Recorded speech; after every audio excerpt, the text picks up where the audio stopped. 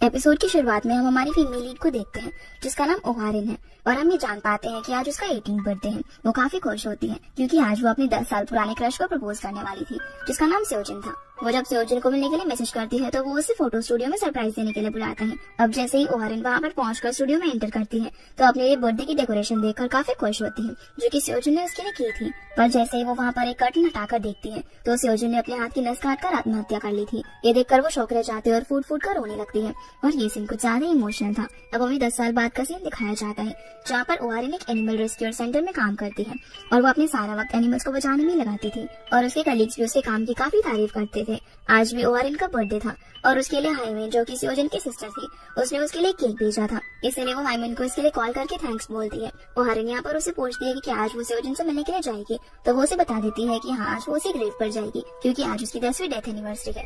तभी ओहारिन का कलीग आकर उसे बताता है कि उन्हें एक डॉग को रेस्क्यू करने के लिए जा रहा है और जब वो उस डॉग को रेस्क्यू करते हुए लोकेशन पर पहुंचती है तो देखती है कि ये तो उसका ही पुराना स्कूल था जिसमें वो और सेओजिन साथ में रहा करते थे। स्कूल को देखकर उसके कलीग्स भी बातें करने लगते हैं कि उन्हें तो अपने पहले प्यार की याद आने लगी है, जो सुनकर वो थोड़ी सी अपसेट हो जाती है और यहाँ उसके स्कूल से जुड़ी हुई पुरानी मेमोरीज फिर से ताजा हो जाती है। ओहारिन जब डॉग को ढूंढने के लिए अंदर जाती है तो उसे सेओजिन की बातें याद आने लगती है जिसमें वो दोनों एक कैमरा के लिए झगड़ रहे थे क्योंकि ओहारिन को उससे फोटो क्लिक करानी थी पर सेओजिन उसे वो कैमरा नहीं दिखा रहा था। इस बात पर लाइन में खड़ा हुआ उनका एक दोस्त युनसोंग कहता है कि वो उसकी एक फोटो ले सकता है तो सेओजिन उसे चिढ़ाकर बोलता है कि वो किसी भी चीज की फोटो ले लेगा लेकिन उसकी नहीं। इस बात पर ओहारिन गुस्सा होती है और झगड़ा करने के लिए आगे बढ़ती है पर उसका पैर फिसल जाता है और वो गिरने ही वाली थी कि सेओजिन उसे संभाल लेता है जिस बीच उन दोनों का आई कांटेक्ट होता है और इस मोमेंट को देखकर उनके पीछे खड़ी हुई दोस्त उन्हें रोमांस करने के लिए चिढ़ाती है, जहाँ ओहारिन इरिटेट होकर उसे कहती है कि सेओजिन जैसी लड़की के साथ वो कभी भी रोमांस करना पसंद नहीं करेगी। अब इस बात पर सेओजिन गुस्सा हो जाता है और दोनों फिर से झगड़ने लग जाते हैं। कुछ देर बाद ओहारिन को एक और फ्लैशबैक सीन याद आता है जिसमें वो अपने फ्रेंड से पूछती है कि वो उसकी और सेओजिन के बारे में क्या सोचती है तो उसकी फ्रेंड बोलती है कि तुम दोनों एक दूसरे को काफी टाइम से जानते हो इसीलिए तुम्हें सेओजिन को प्रपोज कर देना चाहिए। पर ओहारिन का मानना था कि अगर उसने सेओजिन को प्रपोज किया तो वो उसे रिजेक्ट कर देगा और फिर उसे काफी इंसल्ट फील होगी। सीन प्रेजेंट में आता है जहाँ पर ओहारिन डॉग के पीछे भागते हुए उसी स्टूडियो की तरफ जाती है। तभी पीछे से उसे सेओजिन पुकारता है और उसे अपने साथ अंदर लेकर आता है, जहाँ ओहारिन को याद आता है कि कैसे सेओजिन उसे फोटोग्राफी और कैमरा के बारे में बताता था। ओहारिन उसे पूछती है कि वो सारा काम अकेले क्यों करता है और युनसंग की तरफ देखते हुए बोलती है कि अगर वो चाहे तो उसकी मदद ले सकता है, जिस पर सेओजिन को काफी जेलस फील होता है और वो उससे पूछता है कि वो उसके बारे में क्या सोचती है तो ओहारिन थोड़ी देर तक सोचने के बाद बताती है कि वो दोनों सिर्फ अच्छे दोस्त हैं और ये जवाब सुनकर सेओजिन अपसेट हो जाता है। सीन प्रेजेंट में आता है जहाँ पर अचानक से डोर बजता है और डॉग ओहारिन के सामने आ जाता है जिसे वो रेस्क्यू कर लेती है। अब रात हो चुकी थी तो ओहारिन की स्कूल फ्रेंड्स ने उसके लिए बर्थडे पार्टी रखी हुई थी, इसीलिए उसे उनसे मिलना था। इसलिए वो अपने कलीग्स को बाइक लेकर वहाँ से चली जाती है, जहाँ रास्ते में उसे एक फोटोशॉप दिखती है जो कि उसके हाई स्कूल टाइम की थी। वहाँ पर वो सेओजिन का पुराना कैमरा देखती है और वहाँ के ओनर से मिलकर वो कैमरा खरीदने के लिए कहती है। एक बार के लिए तो वो ओनर उसे मना कर देता है पर जब वो बताती है कि वो सेओजिन की दोस्त है तो ओनर उसे वो कैमरा दे देता है और कुछ फोटोज भी देता है। साथ ही साथ वो उसे एक कार्ड भी देता है जिसमें लिखा हुआ था कि हम पास्ट से सबक ले सकते हैं लेकिन उसमें जी नहीं सकते, जिसको पढ़ने के बाद ओहारिन वहाँ से जाने लगती है। तभी ओनर उसे कहने वाला था कि उसके लिए एक लेटर भी है पर इससे पहले वो वहाँ से बिना सुने ही चली जाती है। तो ओनर अपने आप को कहता है कि अच्छा ही होगा अगर वो ये लेटर ना पढ़े क्योंकि उसे पढ़ने के बाद उसे सिर्फ रिग्रेट होगा। अब ओहारिन अपने स्कूल फ्रेंड्स के साथ पार्टी करती है जहाँ पर सभी लोग काफी खुश थे पर जब उसके दोस्त उसे पूछते हैं कि आज वो रेस्क्यू करने के लिए कहाँ गई थी तो वो उन लोगों के सामने हाई स्कूल की बातें करने लग जाती है जिससे सब थोड़े से इमोशनल हो जाते हैं और सेओजिन की आत्महत्या करने की वजह पूछते हैं, जिस पर ओहारिन सारा ब्लेम अपने ऊपर ले लेती है और इस बात से अपसेट होती है। इसके बाद वो सबको पार्टी के लिए थैंक यू बोलकर वहाँ से जाने लगती है, जहाँ उसका दोस्त युनसुंग उसे अम्ब्रेला देता है और रास्ते में चलते हुए भी ओहारिन सेओजिन को ही याद कर रही थी। घर जाकर वो वही पुराने फोटोज देखती है जो कि सेओजिन ने क्लिक किए थे। उन्हें देखकर उसे अपनी पास की बातें याद आती है और वो अपने आप को रोने से नहीं रोक पाती। उसे सेओजिन का एक लेटर मिलता है जिसमें उसने अपनी ओहारिन के लिए सारी फीलिंग्स कन्फेस की हुई थी कि वो उसे बहुत पसंद करता है, जिसे देखकर ओहारिन काफी रोती है और विश मांगती है कि बस वो एक बार फिर से सेओजिन को देखना चाहती है। ओहारिन अब उन यादों को बुलाने के लिए उनमें से एक फोटो को जला देती है जिसमें 16 मई 2011 लिखा हुआ था और देखते ही देखते जब वो अपनी आंखें खोलती है तो देखती है कि वो टाइम ट्रैवल में 10 साल पीछे चली गई है। उसे तो यकीन ही नहीं हो रहा था कि ये सब कैसे हुआ। तभी उसे बाहर सेओजिन दिखता है जिससे कि उसके मन में चल रही कंफ्यूजन एक बार के लिए दूर हो जाती है और फ्लैशबैक में हम देखते हैं कि जिस दिन उसने वो फोटो क्लिक की थी उसके एक दिन पहले भी सेओजिन और ओहारिन का झगड़ा हुआ था, जहाँ युनसुंग ओहारिन से कहता है कि वो उसके कैमरे से फोटो ले सकती है, जिस पर सेओजिन फिर से जेलस हो जाता है और युनसुंग को भी उसे कैमरा देने के लिए मना करता है पर वो तो उसे कैमरा देने के लिए तैयार था और थोड़ा आगे चलकर सेओजिन ओहारिन की एक फोटो क्लिक करता है।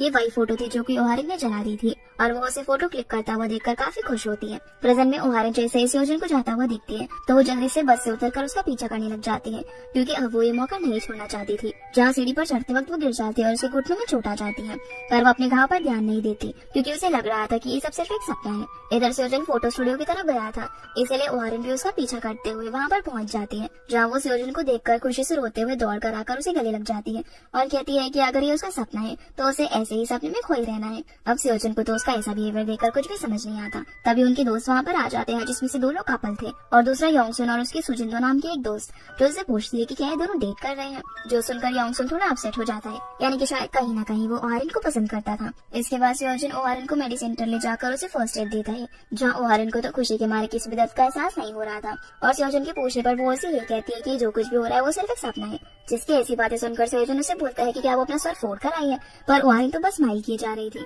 उसी वक्त वहाँ पर योंगसुन आता है, जो कि ओहारिन को क्लासरूम तक छोड़ने की बात करता है, लेकिन ओहारिन कहती है कि वो खुद चली जाएगी। पर योंगसोंग उसकी बात नहीं मानता और उसे क्लास तक छोड़ने की जिद करता है, जिसकी बातें सुनकर स्योजन खुद ही वहाँ से चला जाता है। फिर जब ओहारिन क्लास में होती है तब उसकी दोस्त उसकी चोट के बारे में पूछती है, पर ओहारिन के लिए स्योजन के आगे ये घाव कुछ भी नहीं था, इसलिए वो दौड़कर फिर से स्योजन की क्लास के बाहर जाती है, जहाँ वो उसे देखकर विंडो से अजीब एक्सप्रेशन बनाती है, जिसे इस तरह देखकर वो काफी एम्बैरेस फील करता है और अपना मुंह छिपा लेता है। और इससे पहले कि टीचर ओहारिन को डांटने के लिए वो चुप जाती है। टीचर के जाने के बाद वो स्योजन की क्लास में जाती है और उसे लंच के लिए इनवाइट करती है, लेकिन वो किसी काम की वजह से मना कर देता है और वहाँ से जाने लगता है। ओहारिन भी उसके पीछे जाती है और उसके मना करने पर भी उसकी बाइक को रोककर उसकी पीछे वाली सीट पर बैठ जाती है। फिर ये दोनों उसी फोटोशॉप पर पहुंचते हैं, जहाँ से ओहारिन को स्योजन का कैमरा मिला था। यहाँ ओहारिन उसे बोलती है कि वो ना उसका हर जगह पीछा करेगी, जिस पर स्योजन स्माइल करता है और वो दोनों अंदर जाते हैं। अब ओनर जब ओहारिन को वहाँ पर देखता है तो कहता है कि तुम तो वही हो ना, पर ओहारिन को उनकी बात समझ नहीं आती। यहाँ वो ओनर स्योजन को कुछ फोटोज का एनवेलप देता है और जब ओहारिन स्योजन को वो फोटोज देखने की रिक्वेस्ट करती है तो वो उसे मना कर देता है। फिर जब स्योजन थोड़ा साइड में जाता है तब वो ओनर ओहारिन को यहाँ पर देखकर काफी खुश होता है, लेकिन ओहारिन को अब भी कुछ समझ में नहीं आ रहा था। इसी बीच ओहारिन चुपके से वो एनवेलप खोल लेती है, जिसमें वो देखती है कि सारी उसी की फोटोज थी और स्योजन को आते हुए देखकर वो वापस से फोटोज एनवेलप में रख देती है। काम खत्म होने के बाद स्योजन फोटोज लेकर बाहर चला जाता है, जहाँ ओनर ओहारिन को समझाता है कि वो पास के साथ कोई भी छिड़कानी नहीं करे वरना उसे काफी नुकसान हो सकता है। फिर बाहर जाकर ओहारिन स्योजन को एक फोटो क्लिक करती है और साइकिल पर बैठ जाती है, जहाँ स्योजन उसे अपनी वेस्ट को टाइट से पकड़ने के लिए बोलता है और ये दोनों अभी साइकिल राइड पर निकल जाते हैं, जहाँ ओहारिन उसके साथ में काफी खुश थी और विश करती है कि वो कभी भी इस सपने से बाहर ना आए। पर तभी उसका सर घूमने लगता है और जब वो आँख खोलती है तो वो फिर से प्रेजेंट में पहुंच जाती है और फूट फूट कर रोने लगती है। अगले दिन जब ओहारिन ऑफिस जाने के लिए रेडी हो रही थी तो उसे अपने पैर में वही घाव दिखता है और उसे याद आता है कि ये चोट तो उसे सपने में लगी थी, लेकिन ये घाव उसे असल में क्यों दिख रहा है। फिर ओहारिन जल्दी से ऑफिस पहुंचती है, जहाँ रास्ते में उसे उसका दोस्त योंगसुन मिलता है, जो कि अब एक रिपोर्टर बन चुका था। वो उसे देखकर कहती है कि क्या वो किसी को डेट कर रहा है, तो योंगसुन कहता है कि वो ऐसा सवाल क्यों पूछ रही है। ओहारिन जवाब देती है कि वो इतना वेल ड्रेस्ड और हैंडसम लग रहा है। ये सुनकर योंगसुन मुस्कुराने लगता है और कहता है कि आज उसका इंटरव्यू था। अब वो अपने घाव को देखकर योंगसुन से पूछती है कि क्या उसे इसके बारे में याद है, तो योंगसुन उसे बोलता है कि हाँ, ये तो बहुत ही पुराना घाव है, जो कि उसे स्कूल में गिर जाने की वजह से लगा था और स्योजन उसे मेरी सेंटर लेकर गया था। लेकिन यहाँ ओहारिन के माइंड में कुछ और ही मेमोरीज आने लगती है। उसे यहाँ पर कुछ भी समझ नहीं आ रहा था और वो जल्दी से दौड़कर घर पर पहुंचती है और अपने फोन से सुजिंदो को कॉल लगाती है, जिसमें वो उसे उसकी नीज की चोट के बारे में पूछती है। सुजिंदो उसे बताती है कि हाँ, वो तो उसे हाई स्कूल में आई थी और स्योजन उसे मेरी सेंटर लेकर गया था, और जब टीचर को वो दोनों क्लास में नहीं दिखे थे तो उसके लिए टीचर ने सुजिंदो को पनिश करते हैं। ये सब सुनने के बाद वो अपना फोन निकालती है, जहाँ उसने सपने के अंदर स्योजन का फोटो क्लिक किया था और उसके फोन में वो फोटो भी मिल जाता है, जो सब देखकर वो समझ जाती है कि वो पास में जा सकती है और इस तरह से वो स्योजन की जान बचा पाएगी। इसके बाद वो यही सोचने लगती है कि आखिर वो पास में कैसे जाए। तभी उसे वही जलते हुए फोटो याद आता है और उसे लगता है कि पास में जाने के लिए उसके पास यही रास्ता है। इसके बाद वो फिर से एक फोटो को जलाती है और आंख बंद करती है। अब जैसे ही वो आंख खोलती है तो वो अपने आप को फिर से पास में पाती है और स्योजन को ढूंढने के लिए निकल जाती है, जहाँ गार्डन में स्योजन फोटोज क्लिक कर रहा था। तभी ओहारिन उसके पास जाती है और उसे आत्महत्या करने के लिए मना करती है, पर स्योजन को उसकी बातें कुछ भी समझ नहीं आ रही थी कि आखिर वो क्या कहना चाह रही है। तो ओहारिन उसे बोलती है कि चाहे कुछ भी हो जाए वो उसे मरता हुआ नहीं देख सकती, इसलिए उसे हर वक्त अपना ख्याल रखना है। स्योजन मुस्कुराते हुए कहता है कि क्या वो डिटेक्टिव है जो हमेशा उस पर नजर रख रही है। तो ओहारिन बोलती है कि उसे हंसना नहीं चाहिए क्योंकि वो उसके लिए काफी सीरियस है, जिस पर स्योजन बोलता है कि अगर वो हंसने वाली बात करेगी तो उसे हंसी तो आएगी ही ना। आगे ओहारिन उससे पूछती है कि क्या कोई है जो कि आजकल उसे परेशान करता है, जैसा कि उसके दोस्त के साथ झगड़ा या फिर पढ़ाई में मन ना लगना या फिर लव को लेकर। जवाब में सोजन बोलता है कि उसे उसकी फिक्र करने की जरूरत नहीं है, उल्टा वो उसे ही पूछने लग जाता है कि वो आजकल ऐसा बिहेव क्यों कर रही है। पर ओहारिन पर उसकी बात का कोई भी फर्क नहीं पड़ता, क्योंकि उसके लिए उसकी फर्स्ट प्रायोरिटी सोजन की जान बचाना था। अगले सीन में जब सोजन अपने फ्रेंड्स के साथ बास्केटबॉल खेल रहा था तो ओहारिन भी सामने बेंच पर बैठकर उसे खेलते हुए देख रही थी और सोच रही थी कि आखिर सोजन के मन में ऐसी क्या बात हो सकती है जिसकी वजह से वो परेशान हो रहा होगा।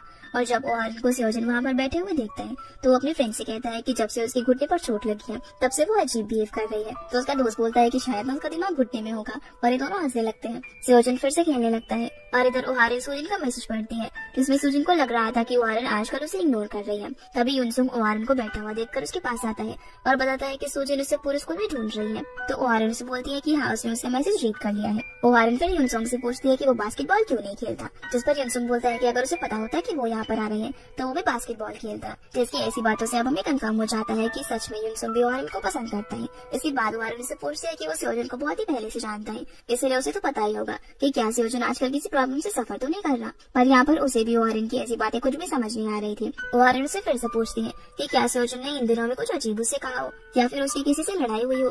तो युनसुंग कहता है कि सोजन ने तो कुछ भी ऐसा वैसा उसे नहीं कहा, लेकिन कुछ दिन पहले जब उनकी क्लास का किम नाम का लड़का उसके ड्रॉर में कुछ ढूंढ रहा था और जब उसे वो चीज नहीं मिलती तो सोजन उसकी हेल्प करने के लिए कहता है। पर किम इस बात पर चिढ़ जाता है और उससे मदद लेने के लिए मना कर देता है। इतना कहकर वो वहाँ से चला जाता है। प्रेजेंट में युनसुंग ओहारिन को कहता है कि शायद किम ना सोजन को पसंद नहीं करता, लेकिन उसे नहीं लगता कि ऐसी छोटी बातों से उस पर कोई असर होगा। ओहारिन ये सारी बातें सुनकर दूसरी परेशानी का पता लगाना चाहती थी। जहाँ युनसुंग उसे बोलता है कि अगर उसे और अच्छे से जानना है तो लाइब्रेरी जाकर सोजन के रिकॉर्ड चेक करने चाहिए कि आजकल वो कैसी बुक्स पढ़ता है।